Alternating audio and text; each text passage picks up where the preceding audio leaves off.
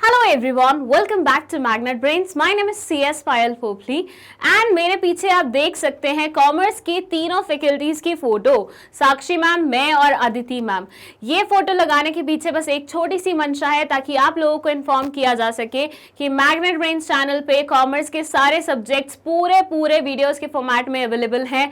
हम 2 चैप्टर के वीडियोस बना के छोड़ नहीं देते, हम पूरे सिलेबस की वीडियोस बनाते हैं और उसके साथ आपको एडिशनल बहुत सारी चीजें देते हैं लाइक NCERT सॉल्यूशन या फिर 1 शॉट रिवीजन। तो उन सारी वीडियोस का भरपूर फायदा उठाइए। चलिए अब जानते हैं कि इस पर्टिकुलर वीडियो में हम क्या पढ़ने वाले हैं। इस वीडियो में हम पढ़ेंगे क्लास 12th बिजनेस स्टडीज का consumer protection chapter, that is chapter number 12 का NCERT सॉल्यूशन। मतलब आपकी जो बुक है NCERT, उसमें चैप्टर खत्म होने के बाद जो क्वेश्चंस दिए रहते हैं उनके आंसर्स किस तरह से लिखने हैं, आंसर्स में आपको क्या लिखना है, आपकी प्रेजेंटेशन स्किल्स किस तरह से होनी चाहिए और आपको कितनी राइटिंग प्रैक्टिस करनी है, वो सब मैं इस पर्टिकुलर वीडियो में डिटेल वे में बताऊंगी। तो जो भी बच्चे मुझसे टिप्स मांगते हैं कि राइटिंग प्रैक्टिस के लिए कुछ टिप्स दे दीजिए, वो प्लीज ये पूरी वीडियो देखा कीजिए, क्योंकि आपको फिर क्वेश्चन वाइज पता चल जाएगा कि किसी भी क्वेश्चन में किस तरह का आंसर लिखा जाता है। वो और ज्यादा बेहतरीन होगा टिप्स के कंपैरिजन में। ठीक है, अब देखिए हर चैप्टर में ना 3 तरह के क्वेश्चंस होते हैं, very short answer type question, short answer type question, long answer type question. जब बात होती है very short answer type question की, तो उसमें सामने वाला इंसान आपसे एक्सपेक्ट करता है बहुत ही छोटे प्रिसाइज आंसर्स लिखें, या तो एक वर्ड में या एक फ्रेज में या फिर एक लाइन में। ज्यादा डिटेल एक्सप्लेनेशन वो नहीं चाहते बिकॉज ये हार्डली 1 नंबर का क्वेश्चन आता है, तो उसमें आप भर के मत लिखा कीजिए। शॉर्ट आंसर टाइप क्वेश्चन की बात होती है तो उसमें वो आपसे एक्सपेक्ट करते हैं आप थोड़ी सी डिटेलिंग देंगे, और जब बात होती है लॉन्ग आंसर टाइप क्वेश्चन की तो वो एक्सपेक्ट करते हैं आप भर के लिखेंगे अपने आंसर को, तो उसी के अकॉर्डिंग आपको लिखना है। अब पेपर में ना ऐसी बाइफिकेशन नहीं दी होगी कि शॉर्ट आंसर टाइप क्वेश्चन है ये, लॉन्ग आंसर टाइप क्वेश्चन है ये, very short answer type question है। आपको ये समझना पड़ेगा, और आप समझेंगे कैसे? आप समझेंगे मार्क्स देख के। अगर किसी क्वेश्चन को 1 नंबर दिया हुआ है मतलब वो very short answer type question है, किसी क्वेश्चन को 3 नंबर दिया हुआ है तो वो शॉर्ट आंसर टाइप क्वेश्चन है, कोई 6 नंबर या 8 नंबर का क्वेश्चन है तो वो लॉन्ग आंसर टाइप क्वेश्चन है। तो आप अपना आंसर उसी के अकॉर्डिंग कीजिएगा। ठीक है, हम स्टार्ट कर रहे हैं very short answer type question से, जिसमें हमारा फर्स्ट क्वेश्चन है ये, which says under which consumer right does a business firm set up a consumer grievance cell. कौन से कंज्यूमर राइट के चलते हुए एक बिजनेस फर्म को कंज्यूमर ग्रीवियंस सेल अपने यहाँ पे बनाना पड़ता है? आप देखें आजकल जितने भी प्रोडक्ट्स आते हैं, टेट्रा पैक्स उठा लो फ्रूट जूसेस वगैरह के, या फिर आप नमकीन बिस्किट्स कुछ भी उठा लो, वहां पे ना लास्ट में ना एक नंबर दिया होता है, if you have any complaint please call on this toll free number, फिर वो 180000 करके नंबर दिया रहता है। वो क्यों दिया रहता है? वो नंबर एक्चुअली उस पर्टिकुलर बिजनेस हाउस का ग्रीवियंस सेल होता है जो आपकी कंप्लेंट्स को एंटरटेन करता है। फर्स्ट से मैंने कोई नमकीन खरीदी, उसमें उल्ली लगी हुई मिली, उल्ली समझते हैं मतलब वो खराब मॉइस्चर जब पकड़ लेते हैं तो व्हाइट कलर का एक पता नहीं अजीब सा कुछ आ जाता है, आई डोंट नो इसे इंग्लिश में क्या बोलते हैं, वी कॉल इट उल्ली। ठीक है, तो उल्ली लग गई उसमें, तो अब आप इस पर्टिकुलर चीज की कंप्लेंट करना चाहोगे ना।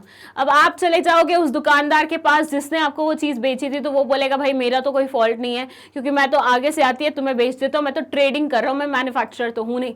तो अल्टीमेटली रिस्पॉन्सिबल कौन होगा? मैन्युफैक्चरर रिस्पॉन्सिबल होगा। तो उसे पता भी तो होना चाहिए उसने क्या गलती की है। तो आप वो टोल फ्री नंबर पे कॉल करके उनके ग्रीवियंस सेल में बताते हैं कि सर आपके यहाँ से आई हुई बिस्किट नमकीन में ये प्रॉब्लम पाई गई है, तो आप बताइए आगे क्या कर सकते हैं। फिर वो आपको निवारण देंगे उस चीज का।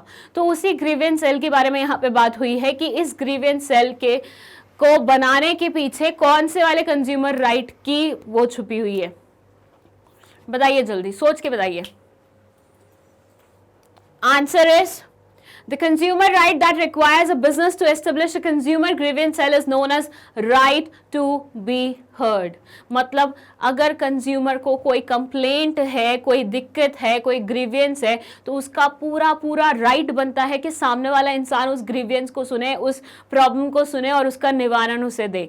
तो right to be heard is that not fundamental right, consumer right जिसके चलते हुए ग्रीवियंस सेल बनाना पड़ता है। आप यहाँ पे अगर डायरेक्टली यही राइट का नाम लिख देते ना तो भी चल जाता, आंसर तब भी करेक्ट होता। ठीक है, चलिए, let's move to second question. It says which quality certification mark is used for agricultural products. जब हम एग्रीकल्चरल प्रोडक्ट्स खरीद के आते हैं तो कौन से वाला वो स्टैंडर्ड वाला मार्क होता है उसके ऊपर, मतलब इस मार्क से ना पहचान होती है कि प्रोडक्ट अच्छी क्वालिटी का है. तो प्रोडक्ट अच्छी क्वालिटी का है, एग्रीकल्चरल प्रोडक्ट अच्छी क्वालिटी का है, उसके लिए कौन से वाला मार्क लगता है. जब मैं ये चैप्टर आपको पढ़ा रही थी ना, मैंने अलग से एक वीडियो बनाई थी डिफरेंट मार्क्स के ऊपर, because I wanted you people to understand कि ये मार्क इस पर्टिकुलर प्रोडक्ट पे छपा होगा, ये मार्क इस पर्टिकुलर प्रोडक्ट पे छपा होगा. अगर आपने वो वीडियो नहीं देखी है, प्लीज जाके वो वीडियो देखिए, बहुत इंपॉर्टेंट है वो, क्योंकि यू नो नॉट पढ़ाई के पर्सपेक्टिव से, लेकिन तुम कभी भी मार्केट में जाते हो कुछ खरीदने के लिए तो तुम्हें पता होना चाहिए स्टैंडर्डाइज और नॉन स्टैंडर्डाइज प्रोडक्ट्स में कि तुम किस तरह से डिफर करो, मतलब किस तरह से वो डिफर करेंगे, तुम किस तरह से पहचानोगे कौन से वाला सही क्वालिटी वाला है, कौन से वाला बेकार क्वालिटी वाला है. तो ये मार्क्स की जानकारी तो तुम्हें होनी ही चाहिए. The answer is egg mark. Egg mark sign issued and certified by Directorate of Marketing and Inspection of the Government of India is the quality certification mark used for agricultural product.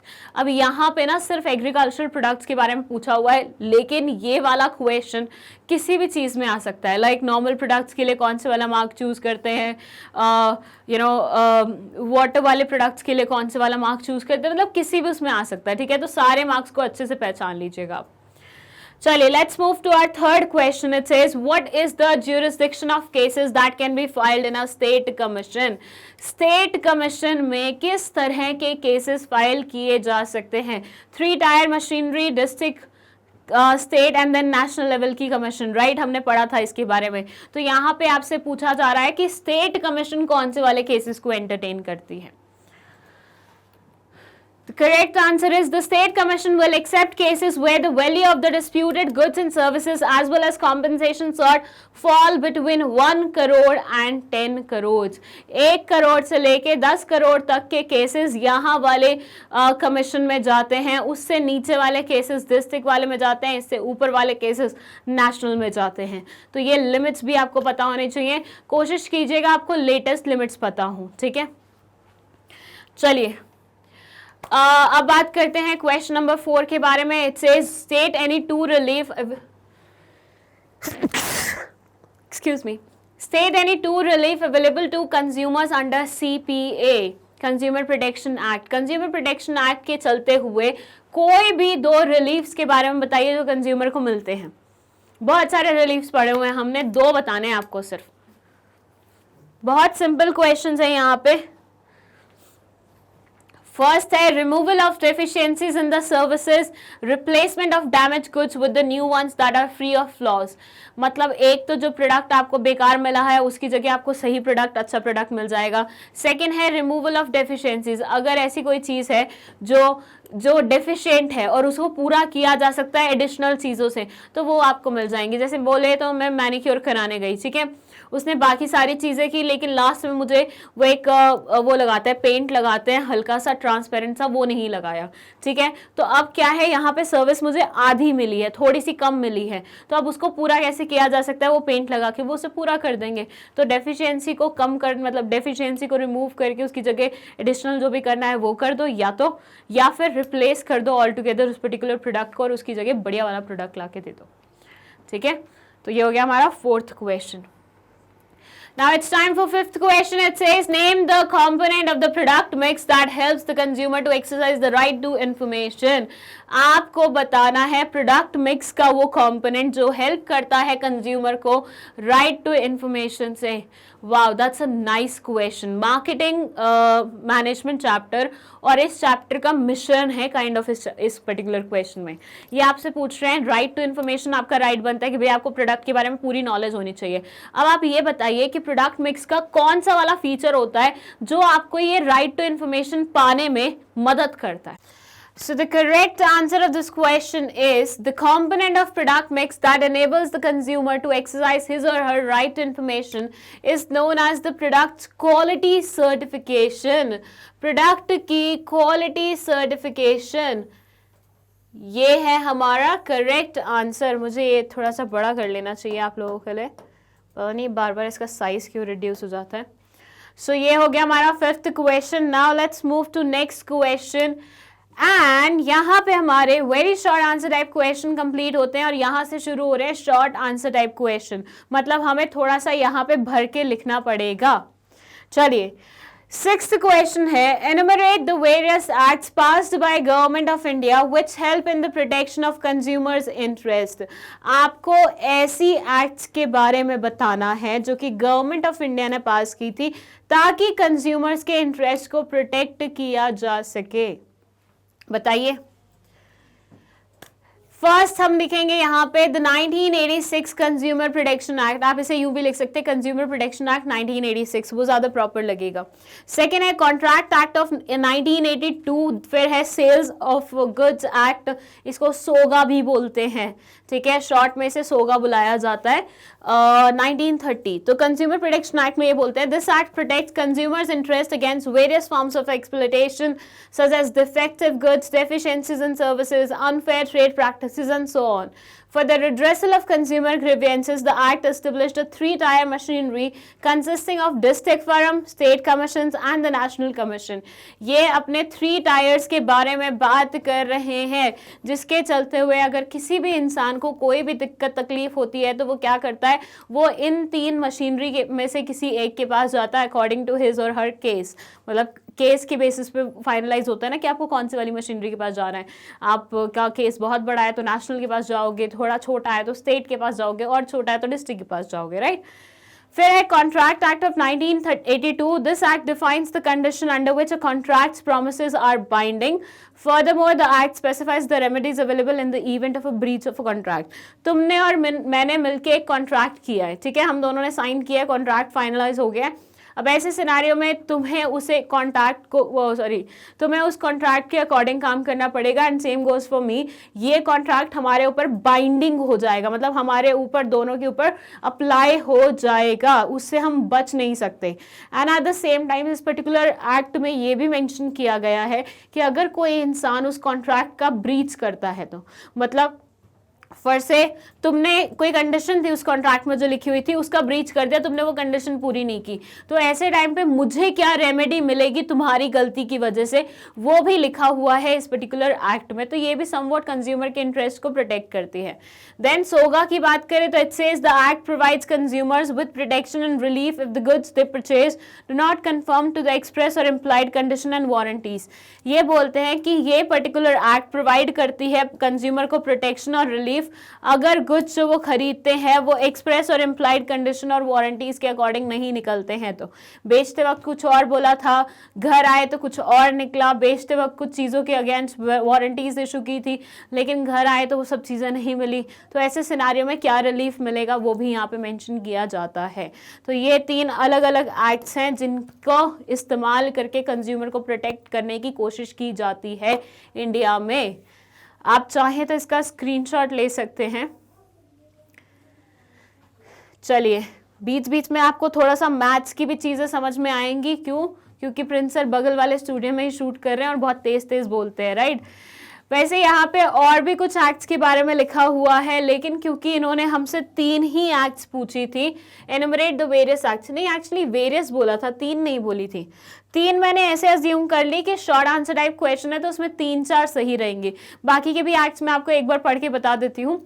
The Agriculture Produce Grading and Marking Act of 1937. This act establishes grade specifications for agriculture and livestock commodities. ये grading करते हैं agriculture और life stock commodities की, मतलब ये बढ़िया quality का है तो इसको अलग रखो, ये बेकार क्वालिटी का तो इसको अलग रखो, ये छोटा है तो इसको अलग रखो, ये बड़ा है तो इसको अलग रखो। तो इस तरह से ग्रेडिंग होती है। It specifies the process for grading, packaging and labelling agricultural products. Agmark is the quality certification mark provided by the act. Agmark वो मार्क है जो कि ऐसे प्रोडक्ट्स पे लगता है, इसके बारे में हमने पहले भी बात की है, right. The Prevention of Food Adulteration Act of 1954. Adulteration का मतलब होता है मिलावट। मिलावट से बचाने के लिए जो एक्ट एग्जिस्टेंस में आया था वो ये आया था, अगर कोई भी मिलावटी सामान बेचते हुए पाया जाता है तो उसको इस एक्ट के चलते हुए पनिशमेंट मिलती है। It says this act was enacted to prevent food adulteration and to ensure purity of food items. ये एक्ट इंश्योर करना चाहता था कि जितने भी फूड आइटम्स होते हैं वो प्योर हों, बेकार नहीं हो, मिलावट नहीं हो उनमें। Then है the Standards of Weights and Measures Act of 1976. It says this act protects consumers from exploitative practices involving underweight and under measurement of goods. कई बार क्या होता है, दुकानदार ना 1 किलो की जगह 750 ग्राम्स आपको पकड़ा देते हैं और आपको पता भी नहीं चलता. वो ऐसे बेकार वेट्स एंड मेजर्स का इस्तेमाल करते हैं, मतलब उनका खुद का बनाया होता है, अंदर से होल होता है, कुछ और दिक्कत होती है. तो ऐसे वेट्स एंड मेजर्स में मतलब जो भी ऐसी मिलावटें करता है, जो भी ऐसे धोखाधड़ी करता है, उनको पनिशमेंट देना इस पर्टिकुलर एक्ट के अकॉर्डिंग आता है. ठीक है.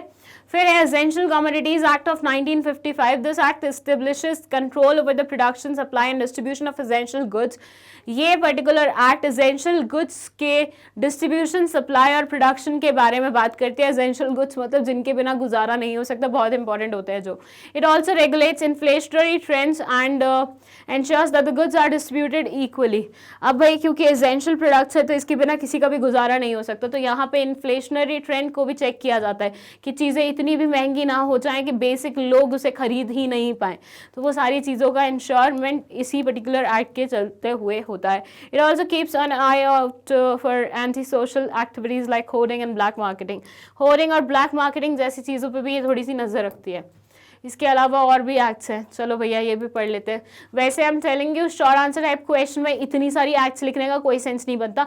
3 से 4 एक्ट्स लिखना मोर देन सफिशिएंट है. लेकिन यही क्वेश्चन अगर लॉन्ग आंसर टाइप क्वेश्चन में आ जाए तो ये जितना लिखा हुआ है तामझाम उतना आप लिख सकते हो. समझ रहे हो ना मैं क्या बोल रही हूँ कि शॉर्ट आंसर टाइप क्वेश्चन में इतना लंबा आंसर लिखने का मतलब नहीं बनता है, फालतू तुम अपना टाइम वेस्ट करोगे. लेकिन लॉन्ग आंसर टाइप क्वेश्चन में अगर सेम क्वेश्चन आ जाता है तो तुम ये पूरा का पूरा लिखोगे एज इट इज. ठीक है. Trademarks Act of 1999. This act was enacted to prevent the use of false marks on goods and as a result to protect consumers from such goods. False marks जो होते हैं goods के ऊपर, मतलब जो acts मतलब फेक प्रोडक्ट्स टाइप्स होते हैं, वैसे उन सब से प्रोटेक्शन दिलवाने के लिए. कंपटीशन एक्ट ऑफ 2002 मतलब लोग अनफेयर ट्रेड प्रैक्टिसेस ना करें, प्रॉपर फेयर कंपटीशन चलाएं, उसके लिए ये पर्टिकुलर एक्ट आया था एग्जिस्टेंस में. देन है bureau of Indian standards act 1986. It says the bureau of Indian standards was established under the act to develop standards for the quality of goods and to protect quality certification through the BIS certification scheme based on these standards ISI. Okay, so basically ये ensure करता है कि standardisation हो products की, मतलब proper standardise products बने, बेकार quality वगैरह के प्रोडक्ट्स नहीं बने. And eight the same time अगर कुछ कंप्लेंट्स आते हैं, कुछ ग्रीवियंसेस आती हैं, तो उनका निवारण करने के लिए भी अलग से कोई सेल अवेलेबल हो. ठीक है. अब मैं एक काम करती हूँ, आपको थोड़ा सा साइड होकर ना स्क्रीनशॉट लेने का मौका दे देती हूँ. सबसे पहले तो इसका स्क्रीनशॉट लो, फिर ये सेकेंड, फिर ये थर्ड. नेक्स्ट क्वेश्चन है हमारा, what are the responsibilities of a consumer. भैया इन्होंने कंज्यूमर के राइट के बारे में तो बात की है कि कंज्यूमर को ये राइट मिलेंगे, लेकिन कंज्यूमर के कुछ रिस्पॉन्सिबिलिटीज भी तो बनती हैं, उसकी भी तो कुछ ड्यूटीज बनती हैं, तो उसके बारे में आपको बताना है. सी फर्स्ट है अवेयरनेस, सेकेंड है सीकिंग क्वालिटी मार्क्स, थर्ड है रिक्वेस्टिंग कैश मेमो, फोर्थ है रीडिंग लेबल्स. पहला तो भैया अपने आप को अवेयर रखो, भाई तुम्हारे आसपास क्या चल रहा है. जैसे बीच में कुछ बैंक की तरफ से फ्रॉड्स आते हैं, मतलब बैंक की तरफ से नहीं आते, फेक बैंक बन के फ्रॉड्स करते हैं, लाइक आपसे OTP वगैरह मांग लेते हैं. तो ये सारी चीज़ें अलग अलग जरिए से पता चलती रहती है, न्यूज़पेपर में छपता है, वीडियोज़ आते हैं, न्यूज़ चैनल्स पे आता है. तो आपको अपने आप को थोड़ा सा अवेयर बनाना पड़ेगा ताकि आपके साथ वो सेम चीज़ ना हो जाए जो बाकी कंज्यूमर्स के साथ हो रही है.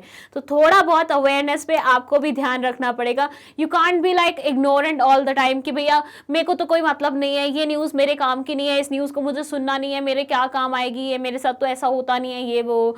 ऐसा नहीं करना. आपको अपने आप को अवेयर रखना है. Even if you are pretty sure about yourself कि नहीं तुम्हारे साथ कुछ धोखाधड़ी नहीं हो सकती, स्टिल अपने आप को इग्नोरेंट मत बनाओ.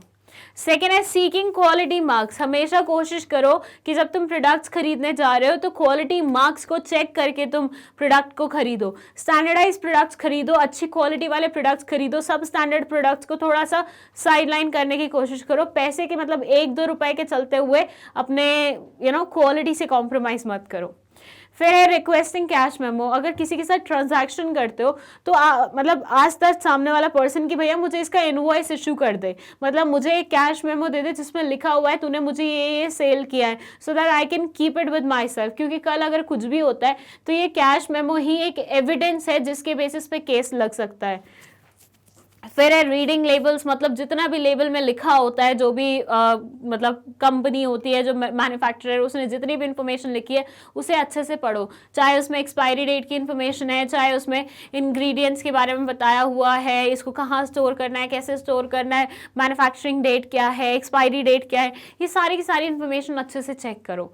ये सारा काम करना आपका रिस्पॉन्सिबिलिटी बनता है। फिर है honest transaction. A consumer should always opt for legal transaction and avoid illegal trade practices. ये जैसे कई लोगों के घर में जैसे गैस खत्म हो जाता है, ठीक है, और उनको लीगल तरीके से गैस मिलने में टाइम लगता है, तो वो ब्लैक मार्केट में जाके फट से गैस खरीद के आ जाते हैं। सिलेंडर मतलब मेरा मतलब है, आई एम प्रीटी श्योर आपने भी ये देखा होगा कभी ना कभी, शायद आपके घर वालों ने भी ऐसा किया होगा। तो क्या सिलेंडर खत्म हो जाता है तो ब्लैक में जाके सिलेंडर खरीद के आ जाते हैं, 100-200 रुपये एक्स्ट्रा देने पड़ता है, लेकिन मिल जाता है आपको। तो वो आप क्या कर रहे हैं, आप गलत कर रहे हैं। ऐसी ट्रांजैक्शन से बचने की कोशिश करो। Ensure safety. To ensure the safe use of product, a consumer must carefully read the manuals and instruction provided by the manufacturer. मैं नई वॉशिंग मशीन लाई, मैंने पढ़ा नहीं उसका मैनुअल कि किस तरह से इसे इस्तेमाल करने, मैंने घर में आते ही पता नहीं उसके साथ क्या क्या कर दिया, वो अगले ही दिन खराब हो गई। तो ऐसे में मेरी गलती है भैया, ये तो मतलब मेरा बनता था पहले कि मुझे अच्छे से हर एक इंस्ट्रक्शन को रीड करना चाहिए था, ऐसे नहीं कि बस सामने आई और मैंने उसको यूज़ करना शुरू कर दिया। फिर है कंप्लेंट फाइलिंग। अगर तुम्हें लगता है कि तुम्हारे साथ कुछ गलत हो रहा है तो उसके अगेंस्ट कंप्लेंट फाइल करो। ऐसे नहीं है कि घर पे चुपचाप बैठ जाओ कि यार भगवान की मर्जी थी, जो हुआ हो गया। मैं जब ये चैप्टर पढ़ा रही थी तब भी मैंने आपको बताया था कि बहुत सारे लोग ऐसे सोचते हैं कि अगर आपके साथ कुछ गलत होता है तो वो तुम्हारी किस्मत में लिखा होता है, तुमने पिछले जन्म में कुछ पाप किए होते हैं जिसका असर तुम्हें इस जन्म में मिल रहा होता है। ये सब बुलशिट, मतलब ये सब बेकार की बातें हैं, इन सब चीज़ों में नहीं आना चाहिए। आपको अगर आपके साथ कुछ गलत हुआ है तो उसके अगेंस्ट कंप्लेंट फाइल करनी चाहिए, ताकि वही सेम चीज़ किसी और कंज्यूमर के साथ ना हो जाए। फिर है कंज्यूमर सोसाइटीज़। कोशिश करो कंज्यूमर सोसाइटीज़ जो बनी होती हैं बाकी सब कंज्यूमर्स की मदद करने के लिए, उनका पार्ट बन जाओ। एक भी कंज्यूमर सोसाइटी का तुम पार्ट बन जाओगे तो काफ़ी मदद मिल जाएगी तुम्हें भी और उस कंज्यूमर सोसाइटी को भी तुम्हारे उसमें होने से। फिर है एनवायरमेंटल प्रोटेक्शन। कोशिश करो ऐसा काम करो या ऐसे प्रोडक्ट्स खरीदो जो आपके एनवायरनमेंट को हार्म ना करते हो। अब तुम्हें पता है तुम्हारा एक पर्टिकुलर प्रोडक्ट एनवायरनमेंट को बहुत ज़्यादा हार्म कर सकता है, तो उस प्रोडक्ट को खरीदने से अपने आप को थोड़ा सा रोक के रखो कि नहीं यार, मुझे एनवायरनमेंट के बारे में भी सोचना है, क्योंकि आज मैंने तो जिस भी हालत में निपटा लिया, लेकिन कल अगर मान लो एनवायरनमेंट मेरे इन प्रोडक्ट्स की यूजेज की वजह से और ज़्यादा ख़राब हो जाता है तो मेरे आगे की जनरेशन कैसे सर्वाइव कर पाएगी। वो सारी चीज़ें आपको सोचनी चाहिए। दैट्स इट, इसमें यही पॉइंट्स थे। मैं एक बार ये वाले 4 पॉइंट्स रीड कर देती हूँ, इसके एक्सप्लेनेशन में क्या लिखा हुआ है। अवेयरनेस में लिखा हुआ है consumer should be aware of the various goods and services that are available so that he can choose and purchase carefully and wisely. Seeking quality marks में लिखा हुआ है before purchasing goods, a consumer should always look for quality certification marks such as ISI in the case of electrical goods, egg mark in case of agricultural goods, and so on. Requesting cash memo. When purchasing goods and services, a consumer should always request cash memos or bills. The bill serves as a proof of purchase and can be used in the future. Reading labels. Product labels provide information such as price, weight, expiration date. The labels must be carefully read. Complaint filing में लिखा हुआ है if the product is found to be defective or if there is a deficiency in the product's quality, a complaint must be filed in appropriate forum. Consumer societies में consumer organization and societies must be established in order to promote consumer education and awareness. Environment protection में लिखा हुआ है consumers must also work to protect the environment by avoiding waste, pollution and so on. चलो इसका screenshot लेना है तो फट से ले लो, पहले इस वाले पार्ट का लो, फिर मैं दूसरे वाले पार्ट का लेने का मौका दूंगी। अब इस पार्ट का लो। डन। चलिए चलते हैं नेक्स्ट क्वेश्चन पे। नेक्स्ट क्वेश्चन है who can file a complaint in the consumer court. Consumer court में जब केस फाइल करने की बात आती है, कंप्लेंट फाइल करने की बात आती है, तो कौन इंसान कंप्लेंट फाइल कर सकता है। ये एक्चुअली कंज्यूमर प्रोटेक्शन एक्ट में लिखा हुआ है स्पेसिफिकली कि ये इंसान कंप्लेंट फाइल कर सकते हैं। देखिए पहला तो ऑब्वियस वो बनता है कि भैया जिस इंसान के साथ गलत हुआ है वही कंप्लेंट फाइल करेगा, बट व्हाट इफ वो इंसान ही मर गया या बेड रिडन हो गया या कहीं और चला गया, कुछ हो गया उसके साथ, तो ऐसे सिनेरियो में और भी तो कुछ ऑप्शंस होने चाहिए ना। तो कंज्यूमर प्रोटेक्शन एक्ट में एक पूरी लिस्ट दी हुई है जिसमें फर्स्ट ये बोलते हैं the following people have the right to file a complaint in the consumer court. पहला है कंज्यूमर खुद, सेकेंड है voluntary consumer association which is registered under any appropriate law for the time being in force. ऐसा कोई भी association जो कि consumer के लिए बना है, कंज्यूमर्स ने मिलके बनाया है या फिर रैंडमली किसी ने बनाया था for the protection of consumers. The central government और स्टेट गवर्नमेंट, मतलब गवर्नमेंट के पास भी ये पूरी पावर है, चाहे वो सेंट्रल गवर्नमेंट हो या स्टेट गवर्नमेंट हो, ये भी फाइल कर सकते हैं कंप्लेंट, या फिर central authority. One or more consumers where they all share a common interest, ऐसे कंज्यूमर्स जिनके साथ ऐसा कुछ हो चुका है प्रीवियसली या फिर हो सकता है सेम इंटरेस्ट रखते हो, ऐसे कंज्यूमर्स भी मिलके फाइल कर सकते हैं कंप्लेंट। लीगल एयर और the legal representative the consumer in case of death of a consumer, अगर कंज्यूमर खुद मर जाता है तो उसके पीछे जो भी उसका लीगल रिप्रेजेंटेटिव होगा वो फाइल कर सकता है कंप्लेंट। पेरेंट और legal guardian of the consumer in case of the consumer being a minor, अगर कोई कंज्यूमर 18 साल से छोटी उम्र का है, माइनर से मतलब माइनर है, छोटा है, मेजॉरिटी उसने अभी नहीं गेन की है, तो उसके बिहाफ पे उसके लोकल गार्जियंस या फिर लीगल गार्जियंस या फिर उसके पेरेंट्स भी कंप्लेंट फाइल कर सकते हैं। ठीक है, इसमें एक दो पॉइंट्स ऐसे हैं जो कंज्यूमर प्रोटेक्शन एक्ट में नहीं लिखे हुए थे, इन्होंने एडअप किए हुए हैं, बट लीगली देखा जाए तो ये बिल्कुल सही है, ये सब इंसान कर सकते हैं कंज्यूमर के बिहाफ पे कोई भी कंप्लेंट फाइल। ओके, चलो मैं स्क्रीनशॉट लेने का समय दे रही हूँ आपको, आप इस फट से स्क्रीनशॉट खींचो इस चीज़ का। अगेन चलिए नेक्स्ट क्वेश्चन पे चलते हैं। It says FSSAI food safety and standards authority of India has made a proposal for hotels and other food outlets to declare the food of oil fat used in cooking each of the food items on their menus. Name and explain the consumer right being reinforced by this proposal. जो FSSAI है उसने एक proposal रखा है hotels और food outlets के लिए to declare कौन से तरह का ऑयल या फैट वो यूज करते हैं कुकिंग करने के लिए। जो भी मेन्यूज में आइटम्स लिखी होते हैं उसमें कुकिंग के लिए कौन सा ऑयल इस्तेमाल होगा वो they have to disclose. Name and explain the consumer right being reinforced by this proposal. इस प्रपोजल से कौन से वाला कंज्यूमर राइट रीइंफोर्स हो रहा है उसे आपको नेम भी करना है and eight the same time explain भी करना है। यहाँ पे आप ध्यान दीजिएगा, इन्होंने दो चीजें लिखी हैं यहाँ पे। अगर इन्होंने सीधा लिखा होता ना नेम दैट पर्टिकुलर थिंग तो ये शायद very short answer type question में आता कि आपको सिर्फ नाम बताना था, लेकिन यहाँ पे आपको नेम एंड एक्सप्लेन मतलब दोनों चीजें करनी है। आपको नाम भी बताना और उसके साथ ही साथ आपको एक्सप्लेन भी करना है कि क्यों ऐसा हुआ, मतलब क्यों क्या है वो एग्जैक्टली चीज जो भी तुम्हारा आंसर है। ठीक है, सो इसका आंसर है the right to be informed is the consumer right that is reinforced by this proposal. In this right, the consumer has the right to complete information about the product that he or she wishes to purchase, which can include details such as date of manufacture, quantity, expiry date and directions for use. As a result of this legal obligation, manufacturers are required to publish all such information on the product's packaging.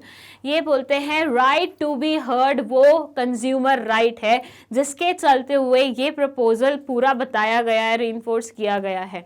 तो basically क्या है, consumer right to be heard क्या बोलता है कि भैया इंसान जो भी प्रोडक्ट को इस्तेमाल कर रहा है उसके बारे में सारी इंफॉर्मेशन उस इंसान के पास होनी चाहिए। मतलब उसको पता होना चाहिए वो क्या खा रहा है, क्या पी रहा है, उसमें क्या क्या चीज़ें डली हुई हैं, उसको उस पर्टिकुलर प्रोडक्ट से रिलेटेड पूरी इंफॉर्मेशन होनी चाहिए। तो वो सारी की सारी चीज़ यहाँ पे इस पर्टिकुलर उसमें आ रही है। नेम एंड एक्सप्लेन लिखा हुआ है, मुझे ऐसा लग रहा है कि एक्सप्लेनेशन के नाम पे इन्होंने थोड़ा सा राइट टू बी हर्ड को अच्छे से एक्सप्लेन नहीं किया है, which you can add obviously. ये वाला शॉर्ट आंसर टाइप क्वेश्चन के लिए थोड़ा सा कम रहेगा कंटेंट, तो इसमें आपको ऐड करना है थोड़ा सा और एक्सप्लेनेशन किसका, राइट टू बी इन्फॉर्म्ड का। ओके, तो राइट टू बी इन्फॉर्म्ड को आपको थोड़ा सा यहाँ पे एक्स्ट्रा एडिशनली एक्सप्लेन करना है क्योंकि क्वेश्चन में मांग की गई है कि नेम एंड एक्सप्लेन। चलो मैं थोड़ा साइड हो जाती हूँ, आप चाहो तो स्क्रीनशॉट ले सकते हो। चलिए नेक्स्ट क्वेश्चन है हमारा, who is a consumer as per CPA, consumer protection act के चलते हुए एक कंज्यूमर कौन होता है। देखिए कंज्यूमर वो इंसान होता है जो गुड्स एंड सर्विसेज को अवेल करता है, मतलब गुड्स को खरीदता है, कंज्यूम करता है और सर्विसेज को अवेल करता है, ठीक है।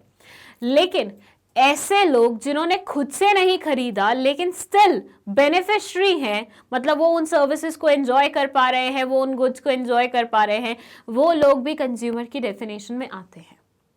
लेकिन एक और चीज है, ऐसे लोग जो गुड्स खरीदते हैं not for self consumption but वो पास ऑन कर देते हैं उसे या फिर कमर्शियल पर्पस के लिए इस्तेमाल कर लेते हैं, वो लोग कंज्यूमर के एम्बिट में कवर नहीं होते हैं। तो 3 चीजें मैंने यहां पे बोली। एक इंसान जो सर्विसेज और गुड्स ले रहा है फॉर सेल्फ एंजॉयमेंट, तो वो इंसान कंज्यूमर कहलाया जाएगा।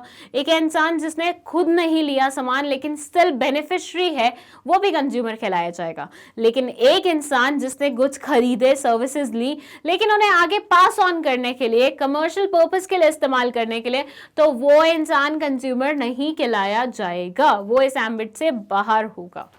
So it says, according to Consumer Protection Act 2019, a consumer is a person who buys any goods or avails services for a consideration, पैसे दे के खरीदते हैं, which has been paid or promised or partly paid or partly promised or under any scheme of deferred payment. Okay, मतलब payment अभी मिल जाएगी या बाद में मिल जाएगी या टुकड़ों में मिलती रहेगी, जो भी उनका ट्रांजैक्शन का सिनेरियो होगा, वो सब चीज़ें। लेकिन यहाँ मैं आपको बता दूँ, शॉर्ट आंसर टाइप क्वेश्चन के अकॉर्डिंग इतना सा आंसर छोटा रहेगा। ये very short answer type question के लिए एप्ट है, लेकिन for short answer type question के लिए आपको ऐड ऑन करना पड़ेगा। तो आप बाकी के जो 2 पॉइंट्स मैंने बेनिफिशियरी वाले बताए या फिर आगे आप उसे खरीद के बेचने वाले हैं वो वाला पॉइंट बताया, वो सारे ऐड करेंगे यहाँ पे, तभी आपका आंसर प्रॉपर बैठेगा। तो 2 पॉइंट्स आपको इसमें ऐड करने हैं। पहला कौन सा? बेनिफिशियरी वाला, और दूसरा कौन सा? कमर्शियल पर्पस के लिए रीसेल करने वाला।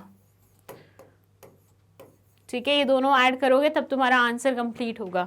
चाहो तो स्क्रीनशॉट ले लो। ये हमारे शॉर्ट आंसर टाइप क्वेश्चन का लास्ट क्वेश्चन था और अभी तक हमने इस चैप्टर के 10 क्वेश्चन कंप्लीट कर लिए हैं। Now let's move to next section of this particular NCERT solution, और वो है लॉन्ग आंसर टाइप क्वेश्चन, जिसमें हम कोई कसर नहीं छोड़ते हैं और हर एक चीज बहुत ज्यादा भर के लिखते हैं। सो इसका फर्स्ट क्वेश्चन है, explain the importance of consumer protection from the point of view of business.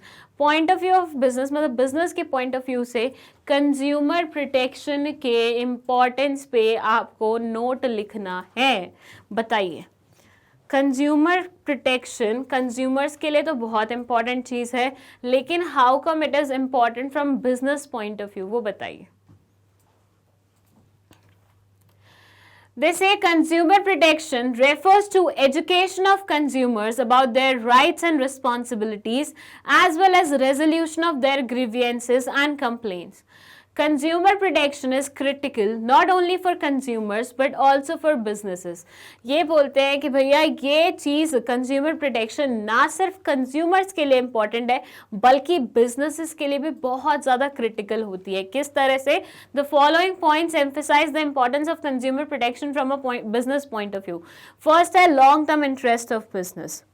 देखिए, मैं नई इंडस्ट्री में आई, ठीक है, मैंने अपना बिजनेस सेटअप किया, मैंने सेल तो बहुत अच्छी की, लेकिन मेरे पास कोई भी इंसान दोबारा नहीं आ रहा, मतलब they are not happy with the product. Simple सी बात है।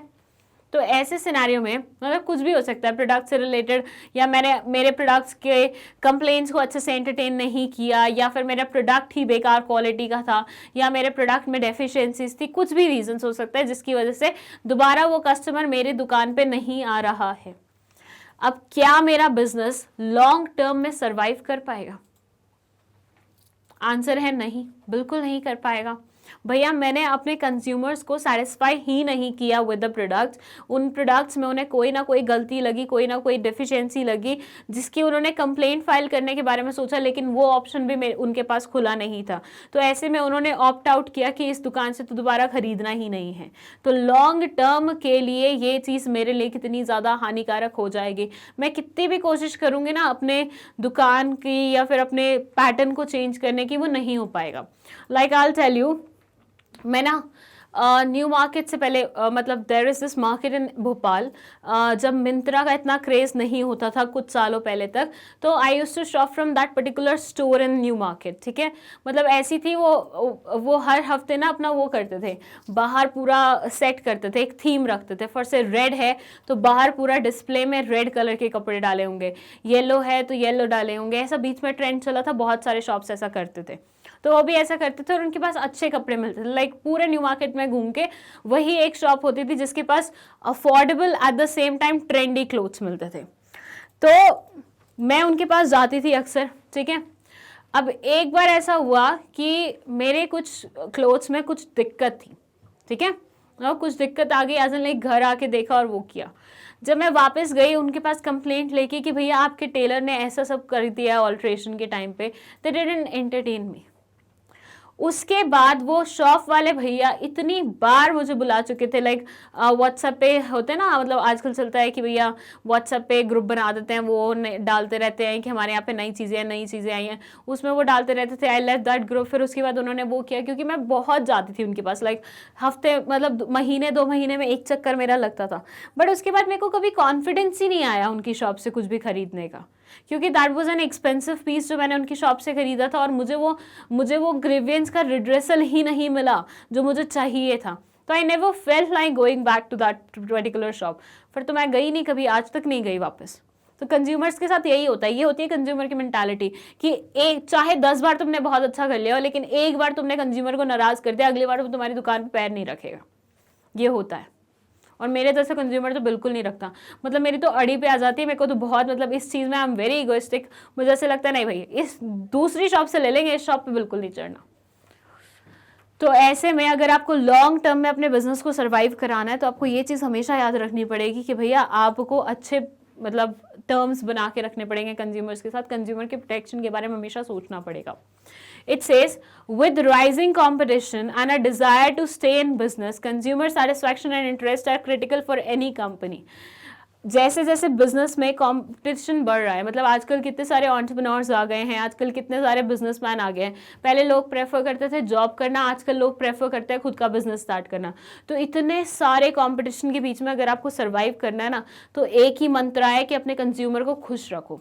और अपने कंज्यूमर को खुश रखने के लिए उनकी ग्रीवियंसेस को आपको हैंडल करना आना चाहिए। A company's goodwill and reputation are built by taking care of the interests of its consumer. एक कंपनी की गुडविल और रेपुटेशन कैसे बनती है? कंज्यूमर का ध्यान रख के।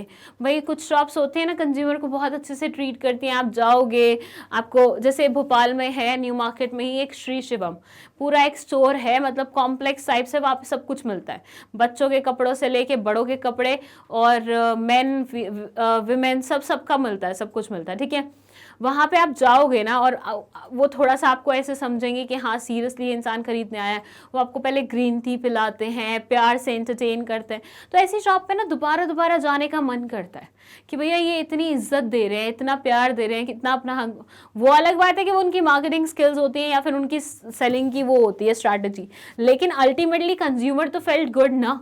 बस यही चीज़ होती है कंज्यूमर को अंडे में लेने की, भैया उसको खुश रखो, पिला दो 2-4 रुपए की ग्रीन टी तो है, कितने की होगी, पर वो जब सेल मतलब जब आपके यहाँ से शॉपिंग करके जाएगा तो वो हज़ारों में शॉपिंग करके जाएगा उस एक ग्रीन टी के चलते हुए। पानीपत में एक शॉप है जहाँ से हम बचपन से कपड़े खरीदते हैं, मतलब हमारे बचपन से इनिशियली जब हम पैदा हुए थे ना तब से पानीपत की उस शॉप से हमारे कपड़े आते हैं। और आज भी जब मैं पानीपत जाती हूँ वहाँ से मैं हमेशा कपड़े खरीद के आती हूँ और बल्क में खरीद के आती हूँ। इतने मैं ऑनलाइन नहीं खरीदती, इतने मैं मतलब MP मतलब भोपाल से नहीं खरीदती जितने मैं वहाँ से खरीद के आती हूँ। और हर बार जब मैं वहाँ जाती हूँ वो भैया मुझे वो पिलाते हैं, कोल्ड ड्रिंक बॉटल वाली आती है ना, वो पाइप डाल के बिल्कुल ऐसे। तो ये एक तरीका होता है कस्टमर को ये फील कराने का कि आपकी वैल्यू है, आपकी इंपॉर्टेंस है। मैं क्यों बार बार उन्हीं की शॉप पे जाती हूँ? Why I never felt like कि नहीं मेरे को उस शॉप पे दोबारा नहीं जाना है, क्योंकि उन्होंने मुझे हमेशा अच्छे से एंटरटेन किया है उस चीज़ में। तो वही चीज़ है कि कंज्यूमर को जितना अच्छे से एंटरटेन करोगे, जितना प्रोटेक्टेड फील कराओगे, जितना उनकी सेफ्टी के बारे में ध्यान रखोगे, उतना वो तुम्हारे ब्रांड के साथ, तुम्हारी शॉप के साथ लॉयल होता जाएगा। और कस्टमर की लॉयल्टी तुम्हारे बिजनेस को आगे लेके जाती है। It says A satisfied consumer must not only returns okay ये बोलते हैं satisfied consumer ना सिर्फ खुद आता है बल्कि वो और लोगों को भी लेके आता है। अब मुझे कोई शॉप पसंद है, वो अच्छे से एंटरटेन करते, तो मैं अपने 4 लोगों को और लेके जाऊंगी ना वहाँ पे कि भैया तुम भी चलो वहाँ पे चलो, वो शॉप वाले भैया बहुत अच्छे हैं, बहुत अच्छे सामान देते हैं और बहुत अच्छे से एंटरटेन करते हैं। चलो मुझे ऐसा लग रहा है एक पॉइंट के लिए मैंने कुछ ज़्यादा ही भावुक होकर एक्सप्लेनेशन दे दिया। आई डोंट नो मुझे क्या हो गया था। एनीवे सेकंड पॉइंट है business uses societies resources. A business uses societal resources to produce a variety of goods and services. A business earns profit by selling these goods and services to the society. As a result it is their responsibility to provide goods and services that are in the best interest of the society as a whole. ये बोलते हैं कि भैया देखो business चलता कैसे है, society से रिसोर्सेज लेके। अब सोसाइटी से आप रिसोर्सेज लेते रहते हैं तो कहीं ना कहीं आपको ये भी तो फील होता है कि आपकी भी कुछ ऑब्लिगेशंस बनती हैं सोसाइटी के टूवर्ड्स, बिल्कुल बनती हैं। तो उन ऑब्लिगेशंस को ध्यान में रखते हुए भी किसी बिजनेसमैन को यही सोचना चाहिए कि अगर मुझे कंटिन्यू करना है सोसाइटी के रिसोर्सेज को इस्तेमाल करना, तो मेरे लिए बहुत ज़्यादा ज़रूरी है कि मैं उसका ध्यान भी रखूँ उसी तरीके से। It's okay. Moral justification. Moral values and ethics are important in business today. Every business has a moral obligation to protect the interest of its customers. They must adhere to ethical and moral values and avoid any form of consumer exploitation such as unfair trade practices, adulteration and so on. ये बोलते हैं moral values और ethics तो आजकल businesses में बहुत common हो गया है। इवन जब हम कंपनी सेक्रेटरी के कोर्स में भी सब्जेक्ट्स पढ़ते थे तो बाकी सब सब्जेक्ट्स के साथ एक सब्जेक्ट था हमारा एथिक्स का। आज कोई भी ग्रेजुएशन पोस्ट ग्रेजुएशन कोर्स उठा लो जिसमें एथिक्स की बात ना हो, ऐसा हो ही नहीं सकता। हर एक कोर्स में एथिक्स की बात होती ही होती है। उसका सिंपल सा रीज़न ये है कि एथिक्स आज की डेट में बहुत ज़्यादा इंपॉर्टेंट बन गया है और जो भी ऐसी कंपनीज होती हैं जो एथिकल वैल्यूज़ शो करती हैं, मॉरल वैल्यूज़ शो करती हैं, वो अच्छी कंसिडर की जाती हैं यूजुअली। तो वो चीज़ भी बिजनेसमैन ध्यान रखता है और वो सोचता है कि भैया मेरे एथिक्स बहुत स्ट्रांग है, मुझे कंज्यूमर के साथ ऐसे धोखाधड़ी करके कोई नहीं जाना है। मतलब ऐसा पैसा कमाया भी तो क्या कमाया, बोलते हैं ना कि गलत तरीके से कमाया हुआ पैसा फलता नहीं है, कहीं ना कहीं निकल ही जाता है और वेस्ट चीज़ों में निकलता है। और वो मैंने बहुत बार देखा भी है लोगों के साथ। मतलब आपने कहीं से धोखाधड़ी करके कमा तो लिया बहुत सारा पैसा, लेकिन वो फिर ऐसी अनशन चीज़ों में लगेगा तुम्हें पता ही नहीं चलेगा कब तुम्हारी तिजोरी खाली हो गई है। तो हमेशा कोशिश किया करो सही तरीके से अर्न करने की। Social responsibility. As a business earns profit by selling various goods and services to customers, it becomes their responsibility to look after their interests and satisfaction. ये बोलते हैं कि क्योंकि भैया बिजनेसमैन चलता कैसे है, बिजनेसमैन चलता है प्रॉफिट से। प्रॉफिट उसको मिलता कहाँ से? प्रॉफिट उसको मिलता है कंज्यूमर को प्रोडक्ट्स बेच के। अगर वो प्रोडक्ट्स बेचने के लिए कंज्यूमर को खुशी नहीं रखेगा तो उसको प्रॉफिट कहाँ से मिलेगा, कहाँ से वो सारी चीज़ें कर पाएगा। तो ये काइंड ऑफ उसकी सोशल रिस्पॉन्सिबिलिटी भी बनती है कि अगर वो सब कुछ कंज्यूमर की वजह से पा रहा है, ले पा रहा है, तो उसको भी बदले में कुछ देना चाहिए। Government interference. भैया गवर्नमेंट भी क्या करती है, वो देखती है किसी को तुम अच्छे से चल रहे हो, तुम कस्टमर का ध्यान रख रहे हो, तुम सब फेयर प्रैक्टिसेस कर रहे हो, तो गवर्नमेंट कभी आके इंटरवीन नहीं करेगी। लेकिन जहाँ गवर्नमेंट को लगे कि भैया हाँ यहाँ पे कोई दिक्कत है, यहाँ पे मतलब कुछ चल रहा है उल्टा सीधा, तो गवर्नमेंट भी इंटरफेयर करना शुरू कर देगी। और एक बार जब गवर्नमेंट हाथ मतलब वो करती है, डालती है, तो फिर वो इतनी ईजिली पीछा नहीं छोड़ती, फिर वो रुला के मानती है। Any business that engages in any form of customer exploitation, consumer exploitation, such as unfair trade practices, adulteration, and so on, invites government intervention. Such government meddling taints the company's goodwill and image. As a result, it is best interest of the business to voluntarily follow such practices that protect the interest of consumers. तो basically आपको ऐसी practices करनी चाहिए जो consumer के benefit के लिए हो, कंज्यूमर के प्रोटेक्शन को ध्यान में रखते हुए हो, सो दैट गवर्नमेंट भी अपने आप को दूर रखे तुम्हारे बिजनेस से, as they are happy that you are thinking about the customers और customers are quite happy with you. ठीक है, चलिए दैट सेड हमारा 11th क्वेश्चन कंप्लीट होता है। मैं स्क्रीनशॉट लेने का आपको समय दे रही हूँ। ये देखिए आपका फर्स्ट पॉइंट है, इसका स्क्रीनशॉट ले लीजिए।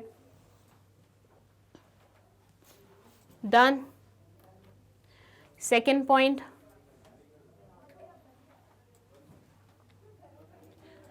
लास्ट। That's it. चलिए अब हम चलते हैं हमारे 12th क्वेश्चन पे, और ये बोलता है explain the rights and responsibilities of a consumer. एक क्वेश्चन है, दो चीजें पूछी हैं, ध्यान से पढ़िएगा। कंज्यूमर के राइट्स और रिस्पॉन्सिबिलिटीज दोनों के बारे में आपको बात करनी है। ना सिर्फ आपको राइट्स बताने हैं उनके, बल्कि उनकी तरफ से क्या ड्यूटीज और क्या रिस्पॉन्सिबिलिटीज बनती हैं वो भी एक्सप्लेन करना है आपको। चलिए फिर रिस्पॉन्सिबिलिटीज वैसे अभी थोड़ी देर पहले हमने पढ़ी थी, बट एक बार और पढ़ लेते हैं। कंज्यूमर राइट्स में पहले ही बोलते हैं consumer has 6 rights under the Consumer Protection Act. A consumer's rights are as follows. First है right to safety.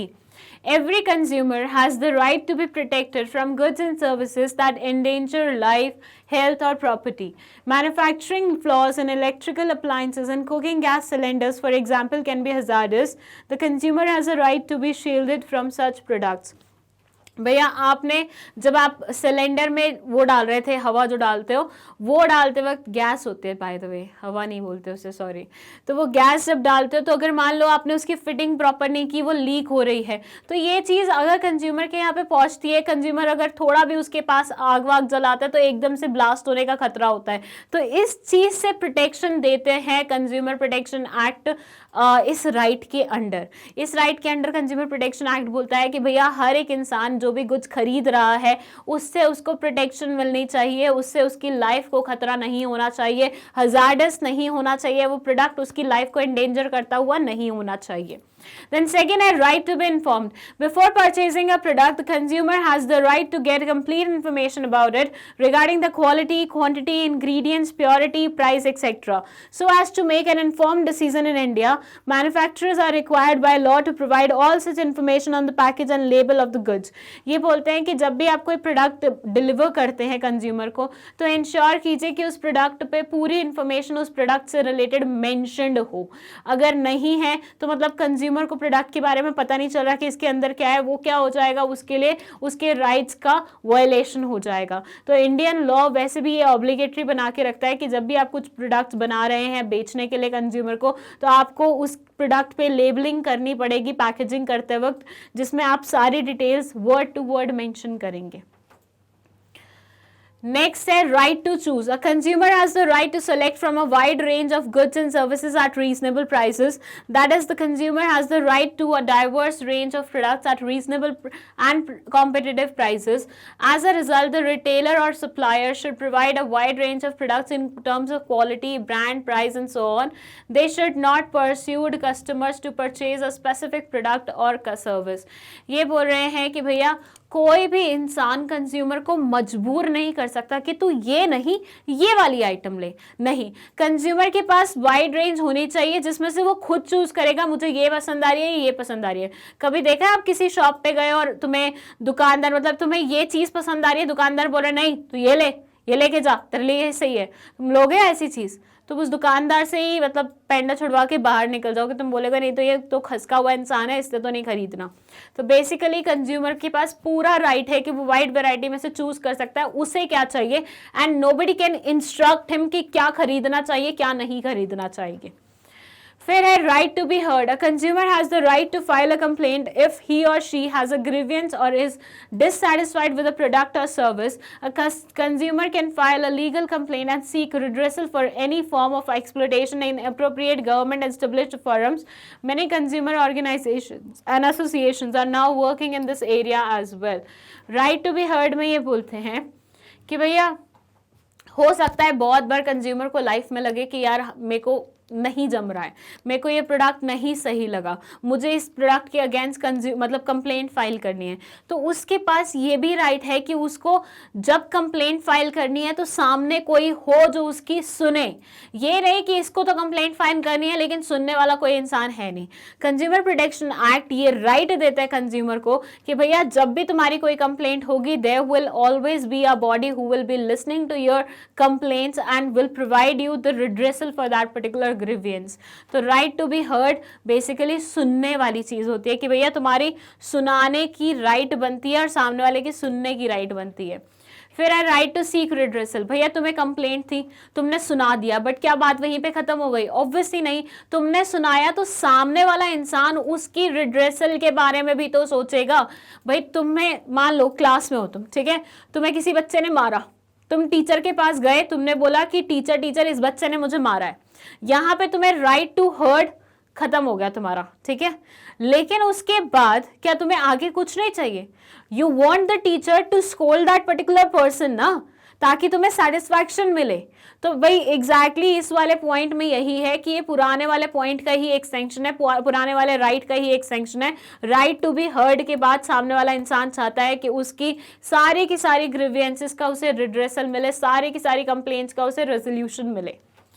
फिर है कंज्यूमर एजुकेशन, ये एक और एडिशनल राइट है जिसके चलते हुए कंज्यूमर को हर एक चीज़ के बारे में अवगत कराना, उसको एजुकेट करना भी एक चीज़ बनती है।